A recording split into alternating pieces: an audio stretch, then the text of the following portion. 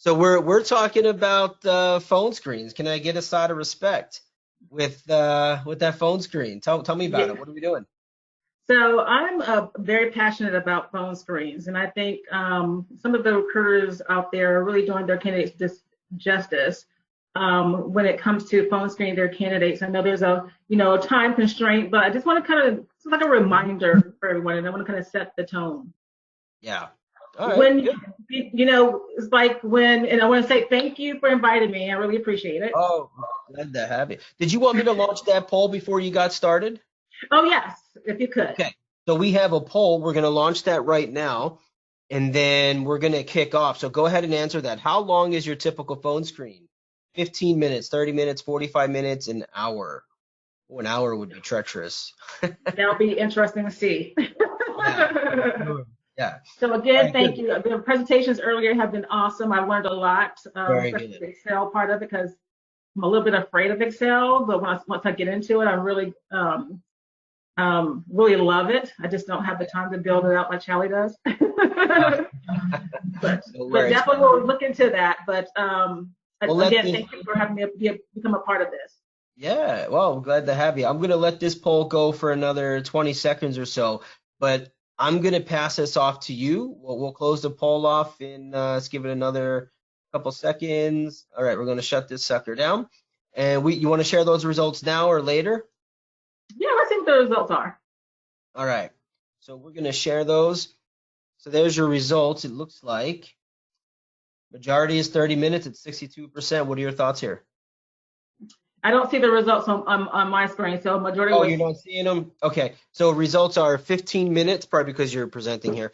15 minutes, 28%, 30 minutes, 62%, 45 minutes was 8%, and an hour was just 2%.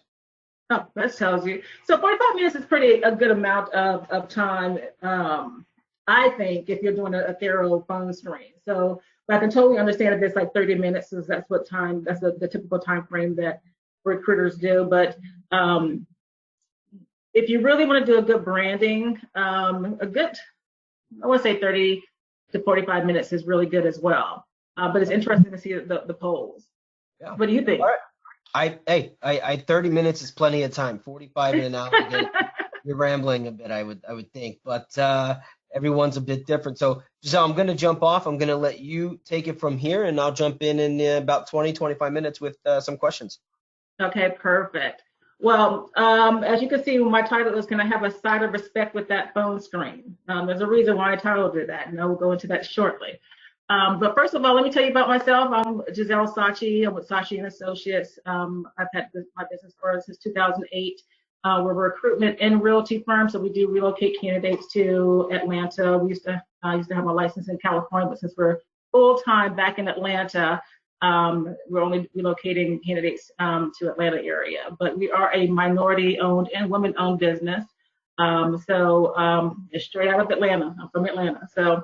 I'm glad to be presenting today. So let's get into it. Get the poll.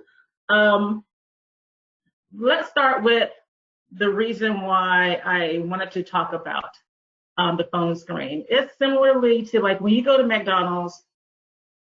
I've never been to McDonald's where they actually gave me really good service and they gave me my order that was complete. When you compare it to if you go to Chick-fil-A. Nice, great group of people, always nice to you, always accurate. They do a quality check. They always say goodbye to you. They're not turning to their coworkers and having a conversation while they're handing the bag out to you and totally ignoring that I need some ketchup with my Big Mac. Like, can I have my complete order? So it's the same with recruiting. You're branding your company. And when your candidate leaves that conversation, you want them to think about you the next time or continue to think about you during your phone screen or after your phone screen about the opportunity. But you want them to walk away feeling like I need to talk about the level of expertise and the level of respect I received when I left that phone screen. So this is why I really want to talk about this. And my screen just went away. I'm sorry. There we go. But one of the things is let's revisit the importance of an effective phone screen. You want to kind of assess your candidates for your current role, but not just your current role, because maybe they're not going to be a fit after the phone screen. You want to really do a phone screen for other roles within the organization, probably pipelining them for future opportunities. So it's important that you do a very thorough phone screen. So you can always revisit that candidate and you have all the information for yourself. It is an opportunity for you to brand your company and yourself as a recruiter. You are the first person that they're going to see and interact typically for your company, especially if it's a small company. This is a great opportunity for you to really brand the company and get some more interest and referrals from them. Also, you want to think about your other team members. A lot of people forget about their other team members. They may be calling on the same candidate. And you want to make sure that they have a good candidate experience, that you're not having multiple recruiters calling them and asking them the same questions over and over again. So you want to make sure that you do a comprehensive phone screen where the only thing, if I was calling up a candidate that Ryan had, all I'm asking them is about the specific questions for a particular role that I'm looking for. I don't have to ask them about their history, their work history. I don't have to ask them about their compensation. I don't have to ask them about those general questions that you normally ask on the phone screen. It's already been done by someone else. So just think about that. Think about your team. And then also just think about it. You're going to get a quicker response, quicker engagement with the candidate the next time you reach out to them. So maybe you do the phone screen and it's not a good fit for this particular role.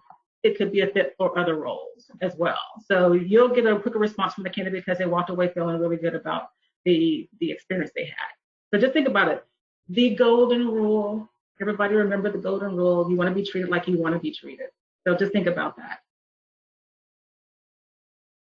So again, remember that you're the brand ambassador for the company. It's like as if somebody's walking into a lobby and they see the receptionist. Remember how they always said the receptionist is the first person, the first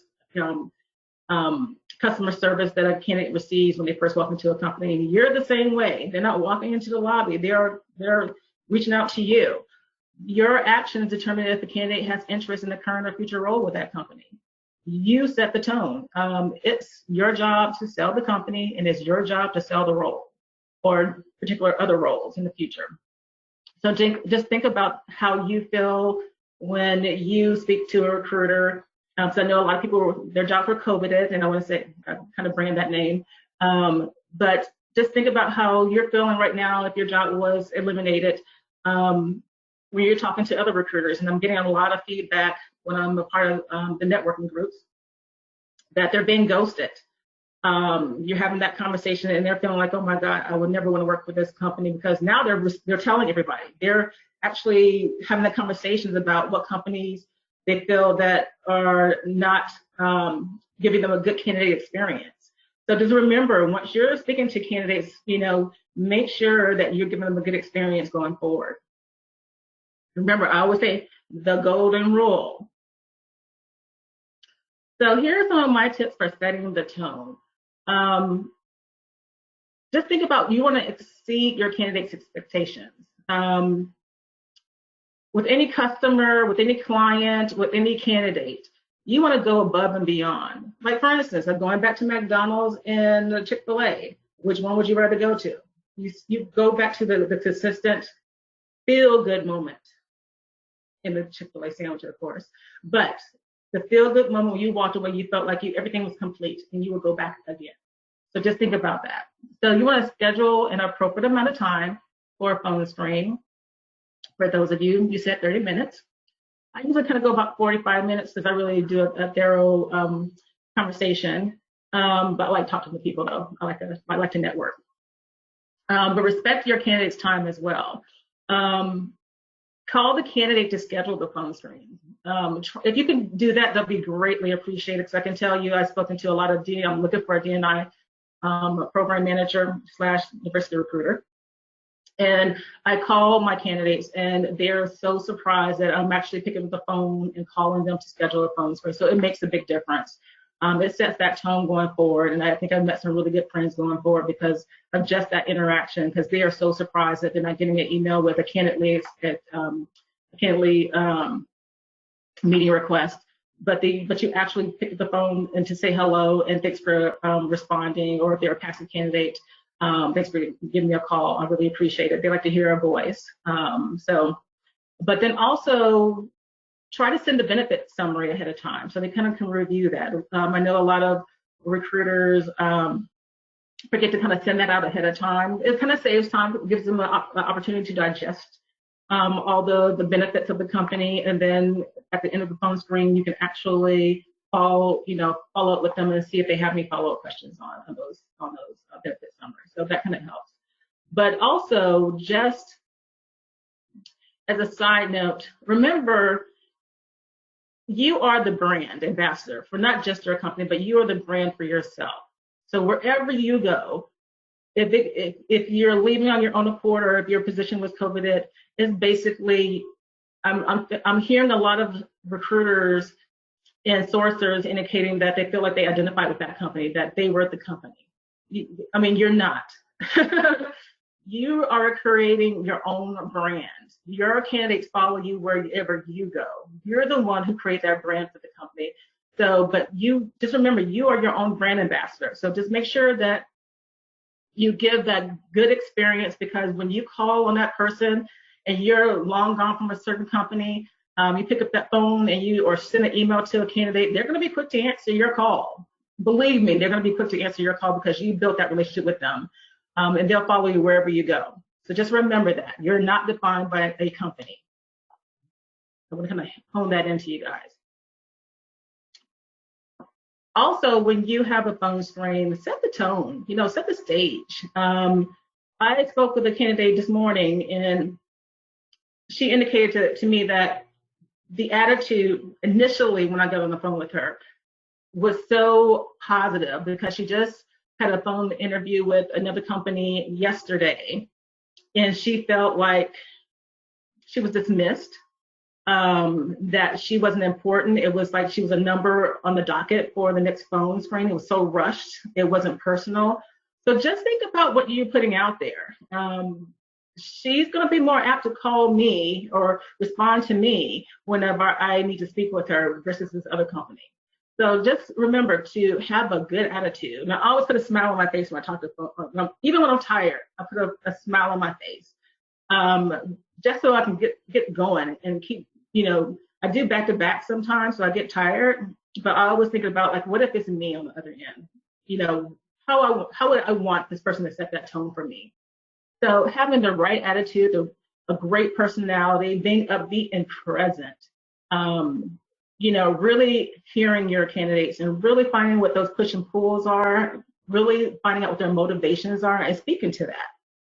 What are their motivations? Are they looking to relocate? If they're not, really kind of speak to why should they come to this particular region. So it kind of makes, that's the time where I feel like you can buffer your phone screen a little bit more, just so you have enough time to talk to them about those, just so you can get those passive candidates to go over that hump and be really interested in that role. You also kind of want to tell a story. You want to tell them what you plan to discuss, give them the whole agenda so they can kind of be prepared for it. And I always say, at the very end, and I'm going to open up for any questions that you have. And usually they don't have any questions, because you pretty much tell them everything that they could possibly want, and kind of think back, the golden rule. What would you want to know about a position? What's going to be the selling point? This is a passive candidate. Usually these days, especially, they're not looking to leave because they don't want to leave for another company, because they'll be first in, first out. So think about all of those things when you're talking to a candidate, feeling that push and pull with them. The push is, okay, what their motivation is, and the pull is like how you're going to rein them in. So tell them what you plan to discuss. Tell them about the company. Tell them about your story. Why did you decide to come to the company? Or why are you, as an agency, assisting this company? Get excited about your client. Get excited about your company. Really have that value proposition when you're going into a call. Tell them about the manager. His or her background and management style, whether it's micromanager or he's not, or if he's present, or if he's not the true manager that they're going to be reporting to, but just for now. The more transparent you are, the better you're going to have a good conversation, a good relationship with the candidate. You want to tell them about the team. How big is the team? People want to know this. They want to know what the team projects are. What are the KPIs or the key performance indicators? Like what is my job going to be guided on? You know, as a source or recruiter, you want to know what are the metrics so I can be prepared for that. You know, what are the opportunities for career growth? You know, you're taking all this information and you're pulling this from the intake. If you're doing a really good intake with your hiring managers, this is the information that you're preparing a story for to your candidate. You know, and then tell them what the next steps are. What's the process? That's what they want to know. You know, so just again, the golden rules, how would you want to be treated in a conversation with a recruiter or a hiring manager? So I hope this is helping you guys. The follow-up. This is the issue we're having these days, folks. This is the number one issue when I'm talking to candidates or I'm talking to other recruiters or sourcers. No one's following up with anyone. They are ghosting, especially if you're ghosting your own recruiting industry. That's like a big slap in the face to us. You know, you're putting a bad reputation on the recruiting and the sourcing industry. Please follow up with your candidates. Please follow up, especially with your fellow recruiters and sourcers. You know, again, think about the golden rule. Set a day. I do follow-up Fridays regardless. It could be from my hiring managers, it could be from my candidates. They know and they can trust that I'm going to give them a call on Friday, whether I know anything or not, whether I have any good news or bad news for them, or if I don't have any next steps. At least I'm giving them a call. You're keeping that relationship. That's the pre-closing side of closing a candidate. Follow up. You know, whether or not you're not moving forward with them, let them know. Just be transparent as much as possible on why you're not moving forward with them. But set a day. It doesn't have to be Friday, but set some time up to really give them that feedback or the next steps. Or hey, I'm still holding off. The hiring manager hasn't reviewed your resume, but I'm going to ping him today. I promise you. So those are the things that you want to do for your candidates, and they're going to trust you because you said what you said you're going to do, and you're being consistent.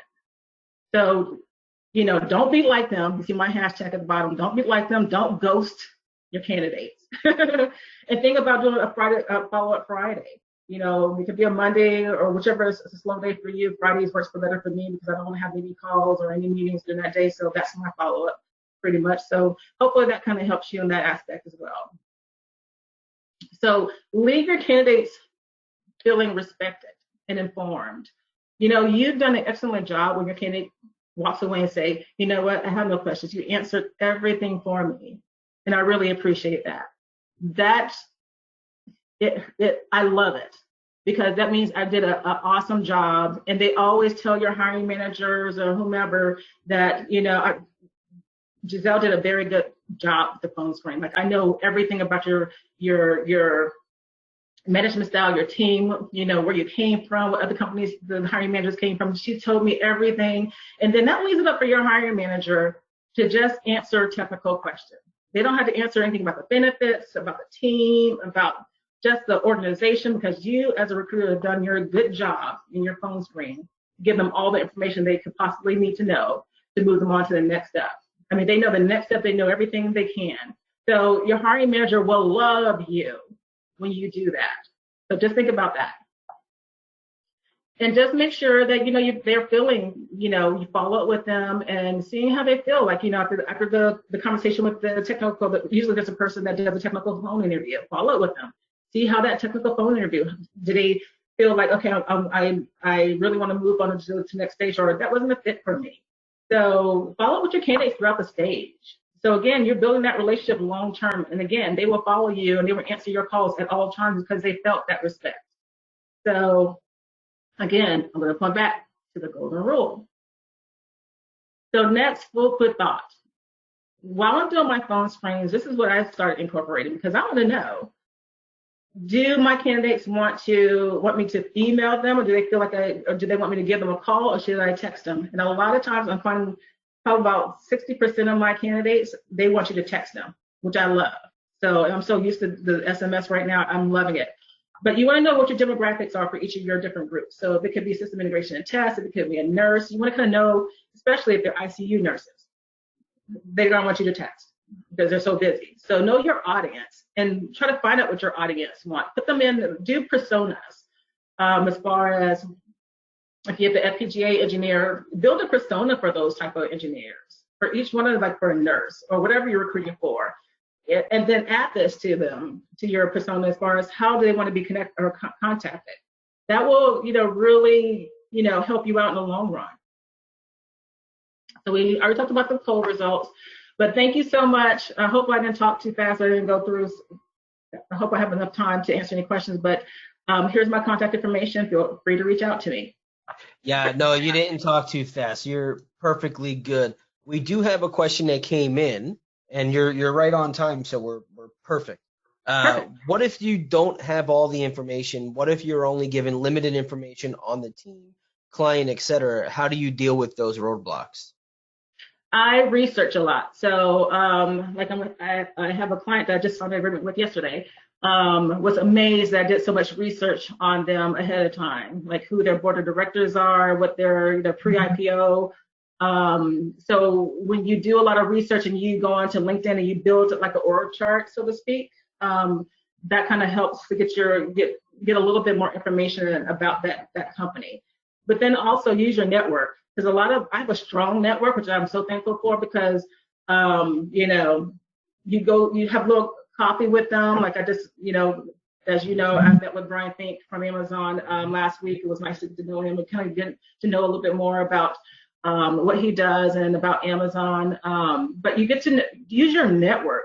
So especially if you have candidates that are at that company, they're more than willing. Like I said, you're building a relationship. So when you have candidates out there, they're going to give you anything and everything that you want to make you to build that competitive landscape, so to speak.